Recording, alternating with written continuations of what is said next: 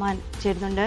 യുദ്ധം 13ാം ദിനത്തിലേക്ക് പ്രവേശിക്കുമ്പോഴും ഇറാനിലും ലബനാനിലും കനത്ത വ്യോമാക്രമണം ഉണ്ടായിരിക്കുകയാണ്. ലബനോനിൽ കുഞ്ഞുങ്ങളടക്കം 50ഓളം പേർ കൊല്ലപ്പെട്ടിട്ടുണ്ട്.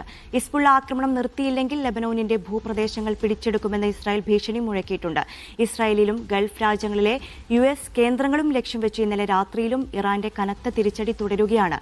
അനുമതിയോടുകൂടി ഹോർമൂസ് വഴി US ഇസ്രായേൽ ബന്ധമില്ലാത്ത കപ്പലുകൾ മാത്രം കടത്തിവിടുമെന്ന് ഇറാൻ അറിയിച്ചിട്ടുണ്ട്. എണ്ണവില ഉയരുന്നത് ഇപ്പോഴും തുടരുകയാണ്. തെഹ്റാനിലും ലബനോനിലെ ബെയ്റൂത്തിലും വൻ നാശം ഇസ്രായേൽ US ആക്രമണം സൃഷ്ടിച്ചിട്ടുണ്ട്. അതിനിടെ ആകാശത്ത് വെച്ച് ഇന്ധനം നിറയ്ക്കുന്ന US വിമാനം ഇറാഖിൽ തകർന്നു വീഴുകയും ചെയ്തിട്ടുണ്ട്. ആക്രമണം മൂലമല്ലെന്നാണ് US സെൻട്രൽ കമാൻഡ് വ്യക്തമാക്കുന്നത്. അഫ്താബ് റഹ്മാൻ കൂടി കൂടുതൽ വിശദാംശങ്ങൾ നൽകാനുണ്ട്. അഫ്താബ്, നിലവിൽ ഗൾഫിലെ ഒരു സാഹചര്യം എന്താണ്? കൂടുതൽ ഈ ഹോർമൂസ് കടലിടുക്ക് കൂടെ കപ്പലുകൾ അയക്കുന്നതിൽ നിയന്ത്രണം കൊണ്ടുവരുമെന്ന് മുജ്തബ അലി ഖംനി ഇന്നലെ പറയുകയും ഉണ്ടായിട്ടുണ്ട്. ഈ ഒരു സാഹചര്യത്തിൽ എണ്ണവിലയ്ക്ക് ഉയരുന്നൊരു സാഹചര്യമാണ്. ഓഹരി വിപണിയിൽ വലിയ ഇടിവ് രേഖപ്പെടുത്തിയിട്ടുണ്ട്. എന്താണ് ഗൾഫിലെ നിലവിലൊരു അവസ്ഥ?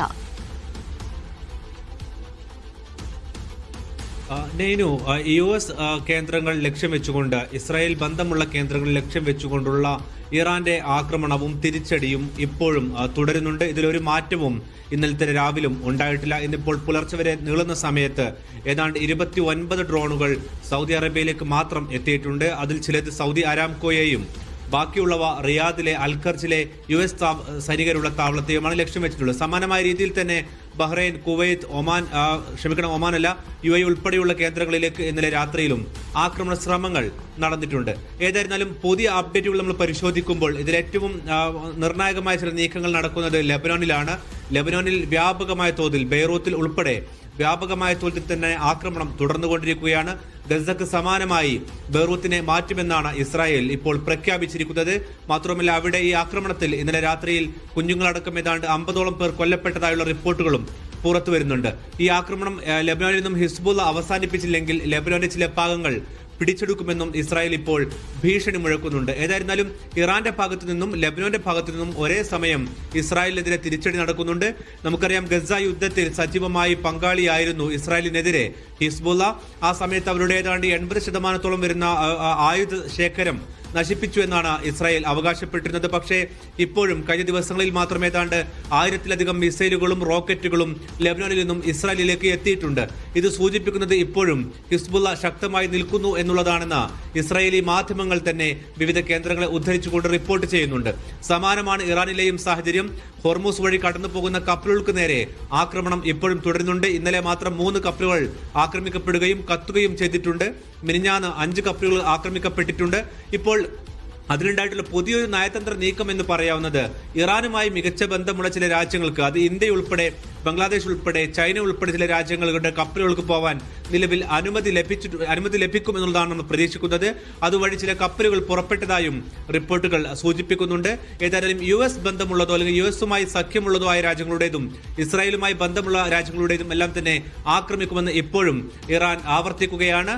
കടലിൽ മൈനുകൾ സ്ഥാപിച്ചതായുള്ള വാർത്തകൾ ഇറാൻ നിഷേധിച്ചിട്ടുണ്ട്. പക്ഷേ ആവശ്യമെങ്കിൽ അത്തരമൊരു നീക്കത്തിലേക്ക് പോകാനും തങ്ങൾ മടിക്കില്ല എന്നവർ കൃത്യമായി പറയുന്നുണ്ട്.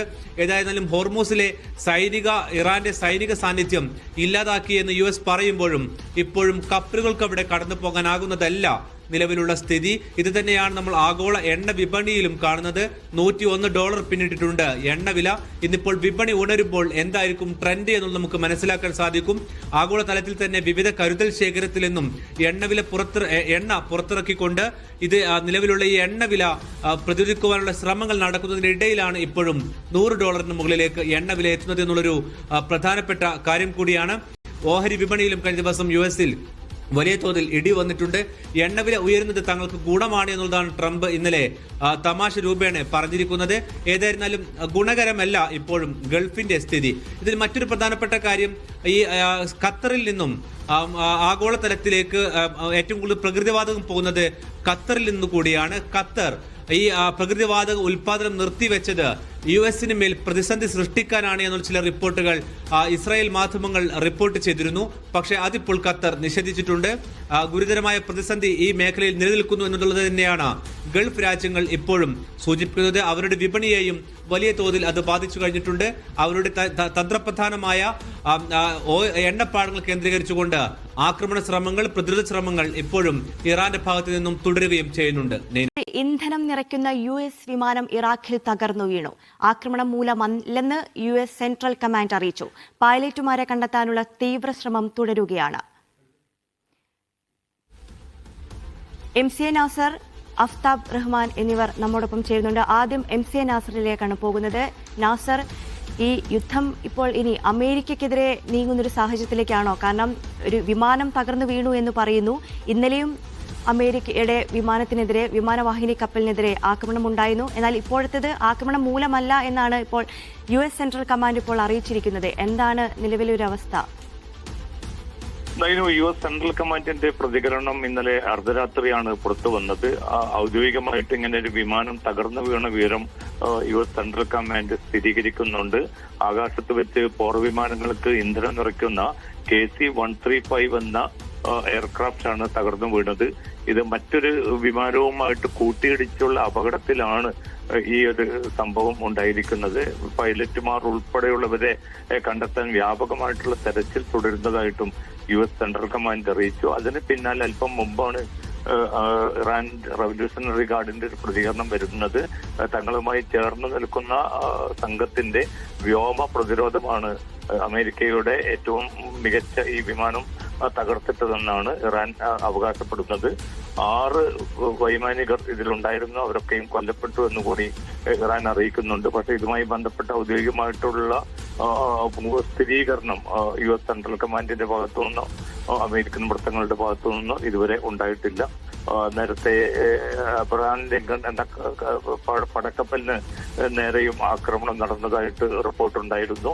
പക്ഷേ ഏതെങ്കിലും അർത്ഥത്തിൽ ഈ വിമാനവാഹിനി കപ്പലിന് വലിയ അപകടം സംഭവിച്ചു എന്നായിട്ടുള്ള റിപ്പോർട്ട് പൂർണ്ണമായിട്ടും US സെൻട്രൽ കമാൻഡ് തള്ളുകയാണ്. അത്തരമൊരു സംഭവം ഉണ്ടായിട്ടില്ല. തെറ്റായിട്ടുള്ള വാർത്തകളാണ് പ്രചരിക്കുന്നത്. ജെറാൾഡ് ആർ ഫോർഡും അതോടൊപ്പം തന്നെ എബ്രഹാം ലിങ്കണും യുദ്ധത്തിൽ സജീവമായിട്ട് പങ്കുവഹിക്കുന്നതായിട്ടും US സെൻട്രൽ കമാൻഡ് അറിയിച്ചിട്ടുണ്ട്. എന്തായാലും 13ാം ദിവസത്തിലും ആക്രമണം ശക്തമായി തന്നെ തുടരുകയാണ്. ഇറാനിന്റെ വിവിധ ഭാഗങ്ങളിൽ തങ്ങൾ ആക്രമണം നടത്തിയതായിട്ട് ഇസ്രായേലും അമേരിക്കയും അറിയിച്ചു. അതോടൊപ്പം തന്നെ ലബനാനിലേക്കും കൂടുതൽ ശക്തമായിട്ടുള്ള ആക്രമണമാണ് തുടരുന്നത്. കൊല്ലപ്പെട്ടവരുടെ എണ്ണം, കുഞ്ഞുങ്ങളും സ്ത്രീകളും ഉൾപ്പെടെയുള്ളവർ പോലും ഈ കൂട്ടത്തിലുണ്ട്. നിരവധി പേർ കൊല്ലപ്പെട്ടതായിട്ടുള്ള റിപ്പോർട്ടുകളാണ് ലബനാനിൽ നിന്ന് പുറത്തു വരുന്നത്. അതോടൊപ്പം തന്നെ നിലവിലുള്ള സാഹചര്യത്തിൽ കരയാക്രമണത്തിലേക്ക് കൂടുതൽ ശക്തമായിട്ട് നീങ്ങുമെന്നൊരു മുന്നറിയിപ്പ് ഇന്നലെ രാത്രി, ഒരു പക്ഷേ ഈ ആക്രമണം തുടങ്ങിയത് ആദ്യമായിട്ട് രാജ്യത്തെ അഭിസംബോധന ചെയ്തിട്ടുള്ള പ്രതികരണത്തിൽ ഇസ്രായേൽ പ്രധാനമന്ത്രി നെതന്യാഹു വ്യക്തമാക്കുകയും ചെയ്തു. കൂടുതൽ കരുത്തുറ്റ അവസ്ഥയിലേക്ക് ഇസ്രായേൽ മാറിയെന്നും അദ്ദേഹം അവകാശപ്പെടുന്നു. അതുമാത്രമല്ല, നേരത്തെ ഉള്ളതിൽ നിന്ന് ഭിന്നമായി ഇറാൻ വളരെ ദുർബലപ്പെട്ടതായിട്ടും നെതന്യാഹു അവകാശപ്പെടുന്നുണ്ട്. പക്ഷേ ഇസ്രായേലും ഇങ്ങനെ അവകാശപ്പെടുമ്പോഴും അമേരിക്കയ്ക്ക് നേരെയും പല രീതിയിലുള്ള ആക്രമണങ്ങൾ ഇറാന്റെ ഭാഗത്തു നിന്നുണ്ടാകുന്നില്ലേ? ഇപ്പോൾ ഇന്നലെ പുതിയ പരമോന്നത നേതാവ് അയത്തുള്ള അൽ ഖംനി പ്രതികരണം നടത്തിയിരുന്നു. അതിനുശേഷവും അമേരിക്കയ്ക്കെതിരെയുള്ള ആക്രമണം വലിയ രീതിയിൽ ഇപ്പോൾ കൂടുതലായി ശക്തമാവുന്നൊരു സാഹചര്യം കൂടി നിലവിലില്ലേ?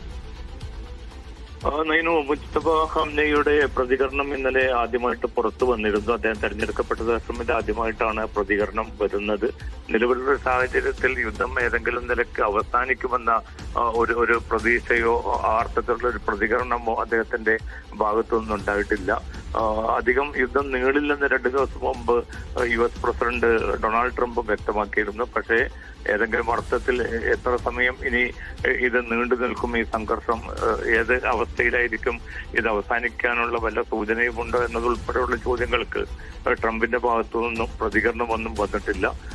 ശക്തമായിട്ടുള്ള പ്രത്യാക്രമണങ്ങൾ തുടരുന്ന ഒരു സാഹചര്യത്തിൽ റഷ്യയുടെയും തുർക്കിയുടെയും ഫ്രാൻസിന്റെയും മേൽനോട്ടത്തിൽ നടന്ന ചില നേരിയ മധ്യസ്ഥ നീക്കങ്ങൾ പോലും അധികം മുന്നോട്ട് പോയിട്ടില്ല എന്ന റിപ്പോർട്ടുകളാണ് ലഭിച്ചുകൊണ്ടിരിക്കുന്നത്. ശരി, നാസറാണ് ദുബായിൽ നിന്നും വിവരങ്ങൾ നൽകിയത്.